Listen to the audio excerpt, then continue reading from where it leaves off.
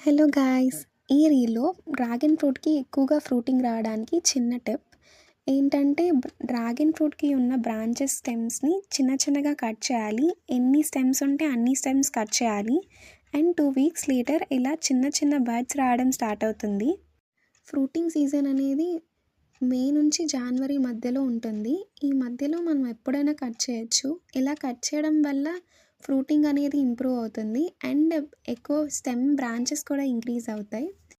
చాలా little cute flowering buds అనేవి వచ్చాయి. కానీ ఇన్ని బడ్స్ అనేవి అన్నీ ఫ్రూటింగ్ అనేవి రావు. కొన్ని ఎక్కువగా ఎండ ఉంటే ఎండకి మాడిపోతాయి.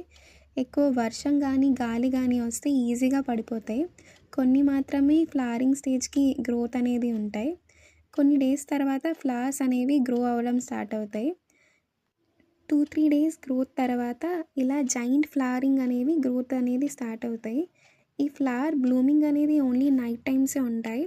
అండ్ అవి చాలా బ్యూటిఫుల్‌గా ఉంటాయి. అండ్ అక్కడ వచ్చే స్మెల్ కూడా చాలా బావుంటుంది.